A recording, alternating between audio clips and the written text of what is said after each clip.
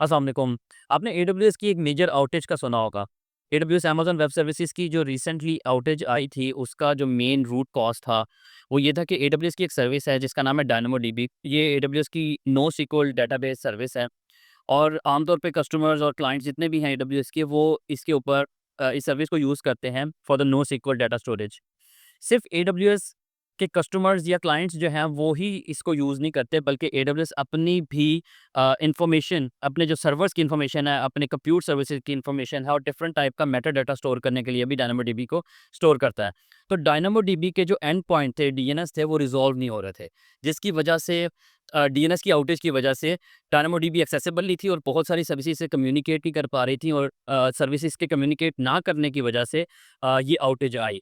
अब इस आउटेज की वजह से एडब्ल्यूएस की बहुत सारी सर्विसेज इम्पैक्ट ज़रूर हुई थी, लेकिन इसमें एक पॉजिटिव चीज़ ये थी कि मेरे भी कुछ प्रोजेक्ट्स थे, जो क्लाइंट्स हैं उनके ऊपर भी एप्लीकेशंस और जो नॉर्दर्न वर्जीनिया रीजन में चल रही थी, वो इम्पैक्ट नहीं हुई थी।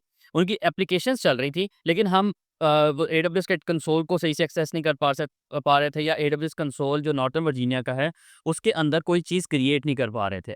तो ये एक मेजर इश्यू था, क्योंकि जो चीज़ें चल रही थी अल्हम्दुलिल्लाह वो चलती रहीं, लेकिन जो न्यू चीज़ें थी वो क्रिएट नहीं हो पा रही थी और उसकी वजह से काफ़ी ज़्यादा डिले था। अब एडब्ल्यूएस का जो नॉर्दर्न वर्जीनिया रीजन है वो किस हद तक इम्पोर्टेंट है, उसका जो है वो आंसर यही है कि एडब्ल्यूएस की इसका सबसे बड़ा जो रीजन है, जिसके अंदर 6 अवेलेबिलिटी ज़ोन्स हैं और सबसे मेजर जो रीजन माना जाता है वो एडब्ल्यूएस का नॉर्दर्न वर्जीनिया रीजन है, जिसके अंदर ये आउटेज आई थी।